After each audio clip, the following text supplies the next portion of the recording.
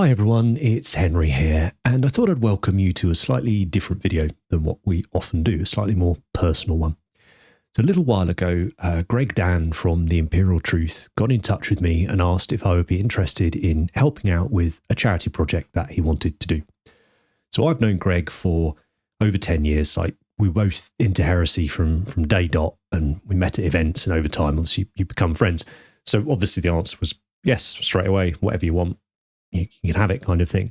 And it turned out that not only was it a very good cause, it was a very cool project. Greg wanted to get 18 different painters from all over the world to each paint one of the Space Marine Legions from the Horus Heresy, so 18 Marines. And I thought, this is amazing. Please, can I have the Wordbearers? And the reason I asked for the Wordbearers is because it is a scheme I've been trying to nail for, I don't know, years and years and years and years and years, since the Black Book came out with the colour plates in.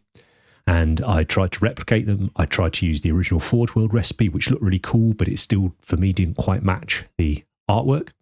And over the years, I keep buying different paints and keep trying it out and trying it out. And recently I picked up two that I thought might just work. And those are the ones that I'm going to use in this video.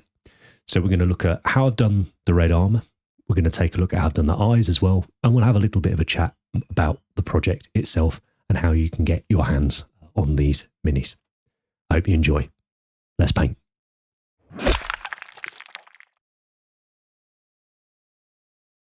So just before we jump into the paint scheme itself, here's a quick look at the model. The only thing I've changed is I've put the old Mark III helmet on the body. I wanted that nostalgic callback. And although the brief was to paint a basic trooper, Greg said, he didn't mind if I wanted to do that little tweak with it.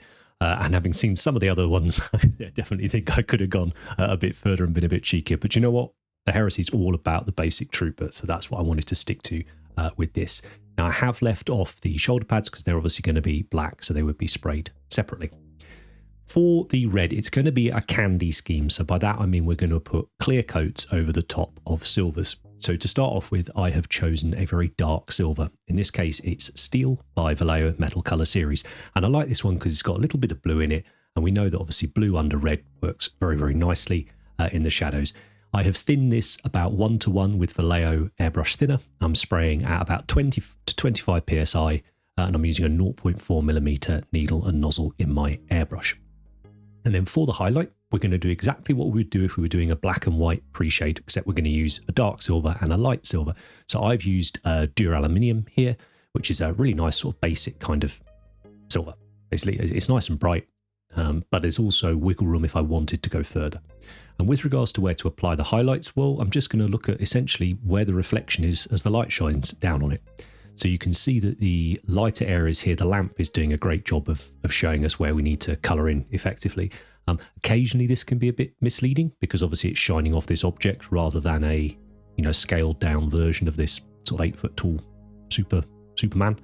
But it's a really good idea, essentially because it shows you how the highlights work on the different shapes. And you'll notice that the highlights are the same shape as the object that they are on. So the legs, that they're cylinders. So the highlight is a cylindrical highlight, runs down the center of the cylinder, or the apex, as it were, of the cylinder.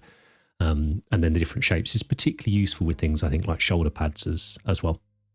So here we're looking to cover about, 30% or something like that of the model with that highlight, and leave plenty of that dark sort of in the shadows. Now, one of the telltale things in the colour plates that we've got for the model is the fact that the Wordbearers are covered in all this Colchizian script. And I've always loved the way it looks like it's set into the armour. So I prep the model with a good few coats of polyurethane gloss varnish. And then I go and grab my Forge World sheet. Well, it's not Forge World anymore, is it? Basically, you get this off the Games Workshop website if you go on the Heresy tab. And it's a huge, great transfer sheet. It's absolutely superb. Well worth all the, in my opinion, all the Heresy transfer sheets are really cool stuff anyway. But we're going to prep the miniature just like we would with doing any decals. And if I remember, I'll link a video up in the top dedicated to just decals. But what I'm doing here is essentially applying the decals before I apply the rest of the paint, because I want them to sit underneath that cover. I want them to look almost sort of etched in to the armour rather than being laid on top. And there's a few different ways we could go about achieving this effect, but I felt like this was probably the simplest. So it's just a case of really taking your time, picking the various decals you like. So I picked a few sort of astrological sort of looking symbols and stuff, and then loads and loads of the script. And as long as you sort of relax, take your time, use a couple of products that are out there. I like to use Microset and Microsol, but different companies make various decal solutions.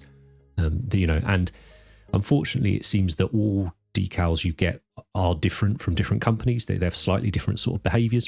So it's just a case of getting used to them. Some are a lot more fragile than others, but generally, if you use the solutions, you'll have a much better time. You'll be able to manipulate them much more easily and with much more confidence, I think. So once they had dried on the model, it was time to get going with the colours. The first colour I'm going to use here is by Mr. Hobby. This is Mr. Clear Colour Deep Clear Red, and this is a lacquer-based paint. So a solvent, quite a nasty solvent based lacquer paint. So I'm going to use the appropriate thinner with it. Now I've thinned this 2 drops of the thinner to 1 drop of the paint. If you're going to follow these schemes, what I would recommend is that you have a play around with some test pieces to get the dilution that you like. I think in the end I applied about 3 layers of this paint to get the colour I wanted. But if you're going to do an army, I'd suggest you do a couple of testers, settle on what you like, and then write down the exact ratio that you use, and then make sure you've always got that as reference and you know how many coats you've applied and all the rest of it. So this is the darker red, and I'm going to apply this just into the shadows on the model. If I get a tiny bit of overspray onto the highlight areas, that's fine, it doesn't matter. But I'm aiming for the sort of the darker areas on the model. I would say both the paints that I am using here are both lacquer thinner paints. You need lacquer-based thinner, lacquer-based paints, lacquer thinner to work with them. And it's not very nice stuff to work with, if I'm being brutally honest. I always try to have good ventilation. I wear a mask and everything when I'm doing airbrushing anyway, regardless, even if I'm just using water-based acrylics, because you're aerosolizing the stuff. But this stuff is proper smelly. It looks amazing, but do please just look after yourselves if you're gonna use these paints, because it's an amazing effect, but it's not it's not worth gassing out the rest of your house to do it with. So once I've got those in the shadows, it was time to move on to the highlight color. So this is A-Stand. Now I believe these are the old Alclad paints. But this one's by Armour, these A-Stand paints. And this is the paint that I'm going to put on the highlights. So the reason I wanted to try and leave those highlights predominantly silver is so that we had the maximum sort of punch underneath where this red is going to go. So here I'm doing the opposite. I'm aiming for the areas of highlight, so the areas that we hit with that lighter silver colour. And if I get a bit of overspray onto the other red, great. It's going to mix together and create some nice midtones between the two. Of course, I could have applied the brighter one first and then the darker one in the colour, and I tried that out on a tester, but it did give me a slightly different effect. I think this paint was a little stronger, more of a strong colour, and it didn't give me the depth in the shadows that I wanted. But doing it this way around, I achieved exactly what I was after with it. And hopefully you can see by applying a few layers of that paint, and again, I think I went for 3 here. So 3 of the darker colour, 3 of the lighter colour, and here I am just going back in with the darker one, just hitting the shadows again if I felt they weren't quite ready. And also we don't want any of that silver showing really, just make sure we haven't missed any of that. But I love the effect it had given me over the transfers. It's exactly what I was looking for. I was pretty excited at this point, if I'm absolutely honest with you, on the test model anyway. This guy, I'd done a few before I actually did the model for the raffle. And that's it. So it's just 2 reds over the silvers. And then the final thing for that armor color is a recess wash. So I'm going to use oils here. I love working with oils. This is a black oil paint I'm using. So I'm going to thin the oil roughly 50-50, and I'm just going to use normal mineral spirits, call them white spirits here in the UK. And I'm just going to mix those together in a little dish. If you Google metal mixing dish for paints, you'll come across these. You can buy them in like packs of 20 or whatever. They're not expensive. I just like to work with them. And then I'm using a synthetic brush there to mix it around with, but I will use a natural hair brush to apply it with, an old natural hair brush, admittedly, because the solvents in here will ruin that brush eventually. But you can see here I'm just using a little bit of sprue. It's quite a thick wash. It's perhaps not as translucent or see-through as something like, an Agrax Earth Shade or Nuln Oil or something like that. And that's deliberate because I wanted this oil to stay roughly around the recesses. Now, I haven't bothered doing any sealing or anything over that red paint. All I've done is just left it overnight to dry. It's a nice solid coat of paint now. It's a nice solid layer. the mineral spirits aren't going to react with it whatsoever. And by having that slightly thicker wash, it meant that I was going to get a little bit more of it in the recesses, and it wouldn't wash all over the surfaces quite so much as if it was a bit thinner. And it also meant I was able to do it in more or less one go. So I've tried to leave as much of this in real time as possible for you guys to sort of give you an idea of sort of how long it's going to take and how things are going to behave on there. And when it had dried, there was very, very little cleanup I needed to do. And all I used to clean it up with was a clean dry brush and just sort of buff the areas that I needed to clean it off with. Later on in the model, towards the end, I used a brown oil wash just on things like the silver parts of the miniature and maybe a tiny bit down around the feet for sort of weathering, like I do in a lot of the videos you'll see me. But this one, I really just wanted to focus in on the armour because I felt like that was kind of the most important thing on this model. But it's again painted very much with army painting in mind, which I think is a true sort of homage to that original Forge World style of sort of Imperial armour style of painting. You know, it wasn't necessarily showcase stuff a lot of the time. It was just really cool army painting that perhaps we hadn't seen that style so much in the past. And you can see here when that oil had dried, it left a lovely finish on the model. So I didn't want to varnish over that because I actually really liked the finish it gave me. So I wanted to give it a bit of extra time to dry. And in that time, I just went around and did all the black details and things like that on the Mini. But yeah, really, really happy with the effect that's come out. But you may want to tweak the finish of the armour. So just have a play around with some satin varnishes, I would suggest, and see until you get that sort of sheen that you want on it. But as soon as you sit those like black shoulder pads on and things like that, it all really starts to come together. And now it was time for the eye lenses. I wanted to cover these because I have done in the past on a few videos, but I feel like my filming's got a little bit better since then, and like I managed to keep this in shot for most of the demo, which works well. So I'm just going to use two main colours here, two greens. I'm going to use Kabalite Green and Moot Green. Essentially, the difference between them is just it's a huge step, and the Moot Green's way brighter than the Kabalite Green. So you could replace these with any colours you wanted for different, blue lenses or red lenses or anything like that. So I give the lens over black, I give the lens a sort of quick diluted coat of the darker green, the Kabalite Green.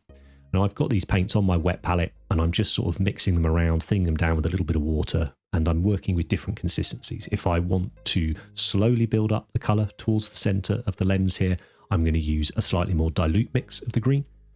And then later on, if I want to be a little bit more accurate and only have to do the brushstroke once, I might use a slightly less diluted mixture of the paint so that it sort of stays exactly where I put it and is sort of potent enough to do. But the main difference here between your sort of quote-unquote normal lenses is I'm trying to make them brighter towards the centre of the lens rather than where we traditionally would make them brighter towards the middle of the face, so the nose on each side. And then I like putting this sort of little secondary kind of highlight line on the bottom of the lens. And this all comes from the colour plates that were in the Badab books, which are some old Imperial Armour books by Forge World. And I just thought it looked really cool. And it's something I'm going to work on getting better at because I would like to use it on an army in the future. I genuinely don't think it takes any more time than the traditional way of doing lenses, particularly once you're sort of in the groove with it. But it is a different way of doing it. And it did, it took me a while to sort of get into almost unlearn that muscle memory of doing thousands of Space Marine lenses by now. Just trying to, figure out, I'm drawing your highlight towards the middle of the eye. So I'm drawing my brushstrokes towards the middle of the eye. So once I've got sort of it kind of mapped out roughly where I want the lights and the darks, I can go in and finesse it a little. So I'm mixing a little bit of the black into the Kabalite Green on my palette. And now I'm going to start tidying things up a little bit and blending them together just with little glazes of the colours. So by that I mean dilute amounts of the paint so they're kind of see-through, so that you do one little pass with your brush and it kind of just knocks it back a little, but it doesn't completely cover it. And this lens isn't perfect by any means, but hopefully by leaving it in real time, it gives you guys an idea of sort of the full working process, rather than me just sort of going, okay, Kabalite Green here, skip to the next shot, skip to the next shot, skip to the next shot, so on and so forth. So do let me know if this is a little bit more useful. Typically when we do videos over on our Patreon, they will be a lot more focused on one or two elements of the miniature, and it'll be a multi-part series. Generally, it's Andy who does the videos over on there, and he's usually covering some of his sort of Golden Demon or competition projects. Whereas on YouTube, it tends to be sort of more kind of recipe videos where we kind of hammer through them. So I guess in a way, this is a middle ground of the two. Not a display model, but we're just choosing to focus in on a couple of bits of the paint job itself.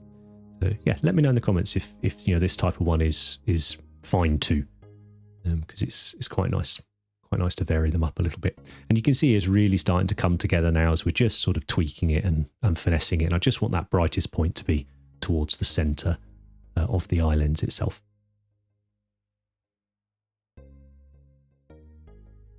And I always find it easier doing the right hand eye lens than I do the left, which is why that's the one I filmed in this video. I hope everybody has that problem. Well, I don't hope everyone has that problem in a way, because that would suck, but I hope I'm not alone in that challenge with one eye lens always seeming to be easier than the other one. I'm just going in there with the black just to try and make sure there's a really clear separation between the main sort of light in the lens and then that little tiny line that's drawn along the bottom edge of it. And all that'll do really is just help sell that kind of reflective kind of vibe on there. And there's some stills I've taken of him, because I haven't got a 360 this guy, unfortunately. So there's some stills I've taken of the eye lenses to give you guys an idea of exactly what it looks like on the finished model. And all I've chipped the armour with there is lead belcher and then mixed in a brighter silver and just worked my way around with a sponge and the rest of it. And here he is. Here's some shots Greg sent me through of the project itself. And here you can see a shot of him amongst the other 17 legionaries. Fantastic looking set. And then a few of my faves from it. Brennan's done this awesome white scar. I really love Brennan's takes on white scars. Rich Gray's done the fab little Space Wolf. I'm hoping we'll be seeing more wolves from him and hopefully from me actually over the next few months whenever we get that new release. Miles done an awesome Blood Angel, definitely pushing the basic trooper there, but I guess Blood Angels are a bit flashy. And here's mine, partly because it's in different lights, it's good to show it, but also I'm not going to lie, I'm really proud of it. I think he looks pretty rad. And Liam, as always, coming in with phenomenal salamanders. These are all great accounts to follow, guys, if you don't already. And Josh, obviously synonymous with the Alpha Legion, a cracking little legionnaire he's done there. So yeah, I will put the link down in the description to the raffle. There's just one prize. It's all 18 of the miniatures, and Greg will obviously get that sent out to you. And they come with that lovely little presentation plinth as well. It's an incredibly good cause, an incredibly important one, I think.